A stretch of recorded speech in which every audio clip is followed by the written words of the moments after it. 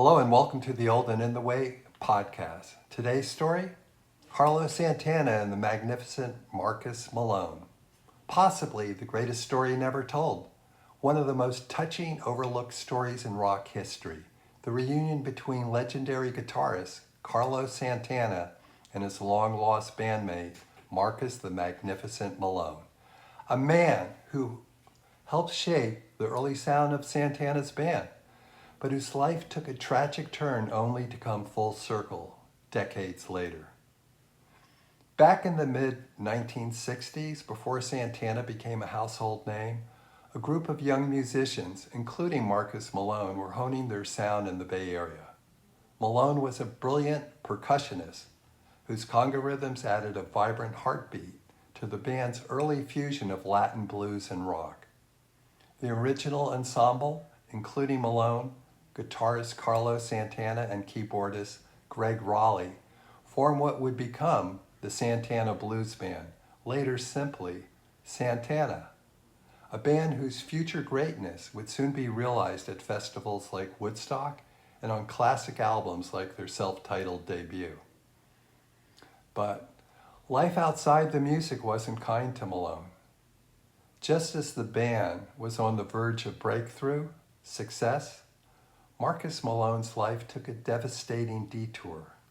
In 1969, he was convicted of manslaughter and sentenced to prison, which meant missing out on Woodstock and the rise of his own bandmates. After his release, Malone struggled with addiction, poverty, and life on the streets, eventually becoming homeless in Oakland, California. He vanished from the music world, unheard of for decades. Fast forward to December 2013, a local news reporter for KRON TV was filming a segment about illegal dumping in Oakland when he stopped to speak with a homeless man rummaging through trash for valuables.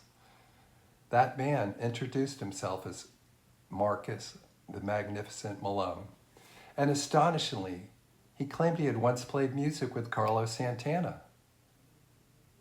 Skeptical at first, the reporter verified Malone's remarkable story.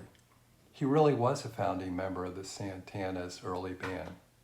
And once the story aired, Santana himself saw it and immediately reached out. The result? The two musicians were brought together on the streets of Oakland over 40 years after they last saw each other. I'll give you directions to a video where you can see this emotional human moment when they're brought together. But the point of all this is Santana didn't just walk away.